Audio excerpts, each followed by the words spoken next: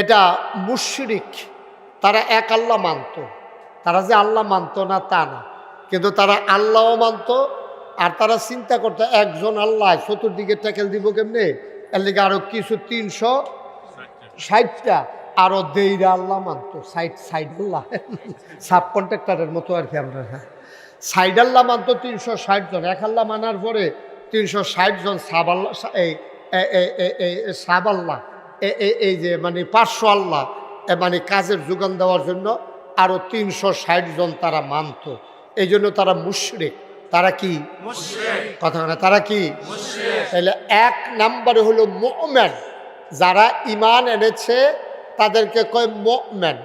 যা আরেক দল হইল কাফের, যারা ঈমান আনে নাই। 2 দল শেষ।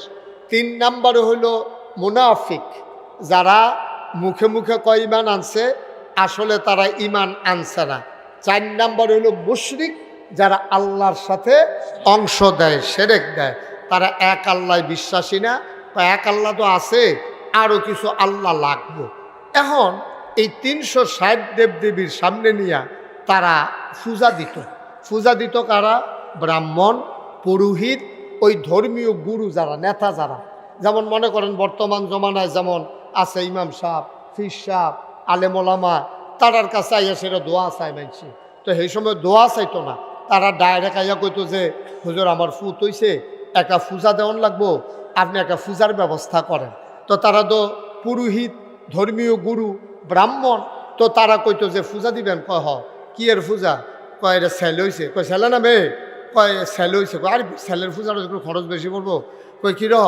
কয় একটা ধুতি, খুব খেয়াল করেন কইলাম, একটা ধুতি লাগবো, একটা গামছা লাগবো, একটা কলার ছড়ি লাগবো, 5 কেজি খাঁটি গাউনের দুধ লাগবো, তারপরে গিয়া 2টা কালা মুরগা লাগবো, একটা ফাড়া লাগবো, এরপরে গিয়া একটা কলস আর ফাইলা, এটি মিলিয়ে ঝিলাইয়া মোটামুটি মাসখানেকের বুঝ তে যেন চলতো পারে। মোটামুটি খাসিটা কাম লাগলে ফিরিজ দর হেবলা আসিল না, কাম লাগলে গুস্ত হুটকি দিয়া লাগবে কেন হাতে, এরকম খাস ফাড়া, তারপরে গিয়ে আপনার ধুতি, লুঙ্গি, তারপরে গামছা, ফাতিলা, কলস, কলার ছড়ি, দুধ, এই দিয়ে একটা আয়োজন তালিকা করে দিত।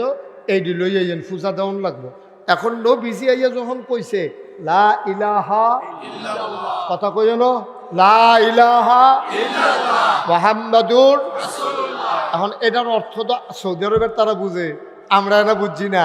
এর লেগে সেলুনের হাতে ওই চুল কাটে আর কয় তোর আর কলমাটা আমি মুখস্থ পারি। কয় কছেন? কয় লা ইলাহা ইল্লাল্লাহ মুহাম্মাদুর রাসূলুল্লাহ। তো তে কি মুসলমান হয়ে গেছে গা? আসলেও তো পারে। বাংলাদেশের অনেক হিন্দু কলমা মুখস্থ পারে, এর মানিতে মুসলমান না। তাইলে ওই জমানায় যখন এই আরবি বুঝতো, তো তারা অহনো হেতারা আরবি বুঝে, আমরা না আরবি বুঝি না। আমরা আরবি ভাষা বুঝি না বইলা, আমাদের ভাষা না বইলা আমরা সারাদিন লা ইলাহা ইল্লাল্লাহ জিকির করি। লা ইলাহা ইল্লাল্লাহ জিকির করতে আছে, ফিরসা বুজুর আইছে, খানকা তুলছে, জিকির চলতে আছে, এই লা ইলাহা ইল্লাল্লাহ জিকিরও করতে আছে, হ্যানতে বাড়িও সুদে টেহা লাগাইতে আছে, দাড়িও রাখছে, নামাজও ছাড়তে আছে, বেড়াবেড়ি হরদুমসে চলতে আছে। এই কারবার বাংলাদেশও আছে নাকি নাই? যখন নবীজি ১৫০০ বছর আগে কইছে লা ইলাহা ইল্লাল্লাহ, তাদের যারা ধর্মগুরু তারা বুঝ জ্বালাইছে লা ইলাহা ইল্লাল্লাহ কিতা বুঝতি? কয় না, লা ইলাহা ইল্লাল্লাহ মানে হইল আমরা যে ৩৬০ দেবদেবী মানো, এই ৩৬০ দেবদেবী বাদ, অহন থেকে এক আল্লাহ। তো এক আল্লাহ মানে কি? এক আল্লাহর ইবাদত করতে হবে। তাহলে পূজা দোয়ার নাই, পূজা কি আর আছে? কতক্ষণ পূজা আর আছে? তখন তো এক আল্লাহর ইবাদত। এক আল্লাহর ইবাদত কিতা নামাজ, এক আল্লাহর ইবাদত কিতা রোজা, এক আল্লাহর ইবাদত কিতা হজ, এক আল্লাহর ইবাদত কিতা যাকাত। আর নামাজ পড়ানোর সময় কি আরেকবার দুটি কিনা দেওয়ান লাগবো? আরেকবার কি ফাড়া ছাগল দেওয়ান লাগবো? আরে কথা কয় না জুড়ে।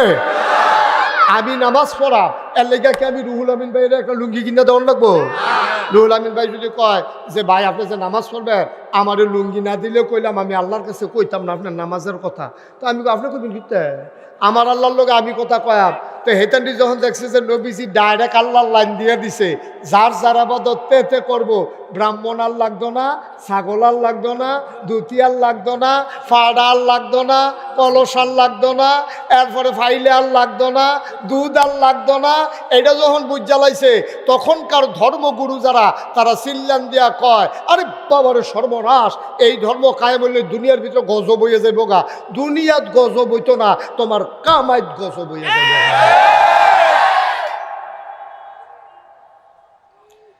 তৎকালীন জমানায় 1 নম্বরে বিরোধিতা করেছে ওরা। ওরা দেখেছে পূজা বন্ধ হইলে কলা শেষ, খেয়াল করেন, পূজা বন্ধ হইলে ফাড়া শেষ, পূজা বন্ধ হইলে দুধ শেষ, পূজা বন্ধ হইলে ধুতি শেষ, পূজা বন্ধ হইলে গামছা শেষ, পূজা বন্ধ হইলে কামাই শেষ। আজকে বাংলাদেশেও ওই তৎকাল আয় ছেলে, আয় আয় ছেলে,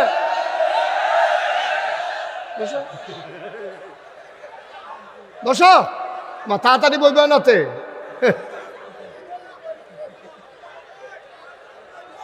ওয়াজটা শুরু করছি না, তাই মনে করছে অন্য হুজুর, ভাবতে পারছে না। সিফা দিয়া বইয়া তো ও মা, তো এটা করে গেলে কি তারে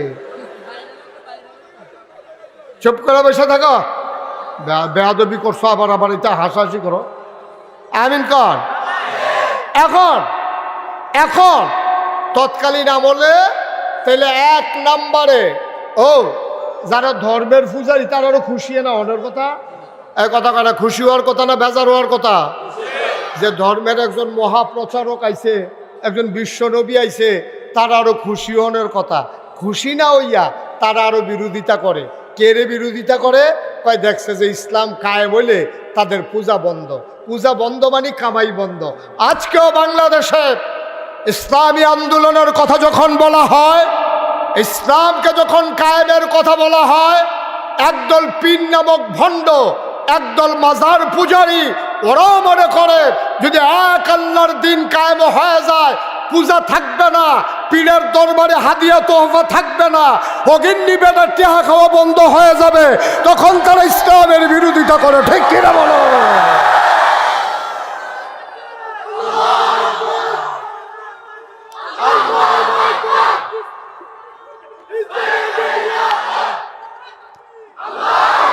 সবাই পড়ে না আবেন।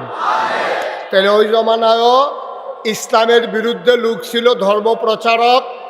এই জমানায়ও এই ইসলামের বিরুদ্ধে একদল ধর্ম ব্যবসায়ী নামদারি, যারা সময়ে সময়ে ধর্মের ব্যবহার করে, ধর্মের নাম দিয়া তারা গানের আসর করে, ধর্মের নাম দিয়া তারা পূজার আসর করে, পীরের পায়ে সেজদা দেয়, পীরে মাজারে গিয়া সেজদা দেয়, আমার ধর্মকে কলুষিত করে, ধর্মকে ব্যবহার করে।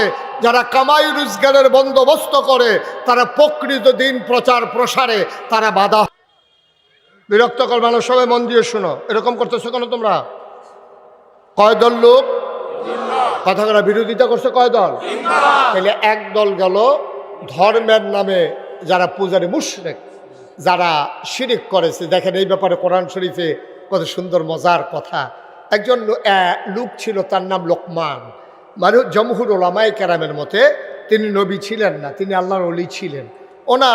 ওনার কথাগুলো এত পছন্দ হয়েছে আল্লাহর, এই কথাগুলোকে আল্লাহ তাবারক ওয়া তাআলা কোরআনুল কারীমে কোট করে একটা সূরার শিরোনাম দিয়েছেন, সূরা লোকমান।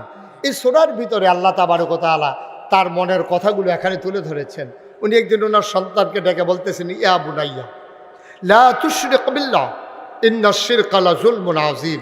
হ্যাঁ আদরের সন্তান, ইয়া বুনাইয়া, হ্যাঁ আমার আদরের সন্তান, লা তুশরিক বিল্লাহ, আল্লাহর সাথে কাউকে শরীক করবি না। ইন্নাশ শিরকা লাযুলমুন আযীম, শিরক হলো সবচেয়ে বড় গুনাহ, সাবধান, এই কাজটা তুই করবি না। ছেলেকে ডাক দিয়া বলতেছে, বাবা আমরাও তো বাবা, আমারও তো 2টা ছেলে আছে, আপনারা যারা এখানে আছেন আপনাদেরও সন্তান আছে, মাঠে যারা আছেন তাদেরও অনেকের সন্তান আছে, অনেকের সন্তান হবে। কিন্তু আফসুস কি জানেন, আমরা সন্তানকে অনেক কথা বলি, কেমনে জায়গা জমি চাষ করবে, কেমনে জমিন কিনা লাগবে, কেমনে কি করতে হবে, মরার আগে সব বলে যায়, কিন্তু এক আল্লাহর কথা বলে যায়।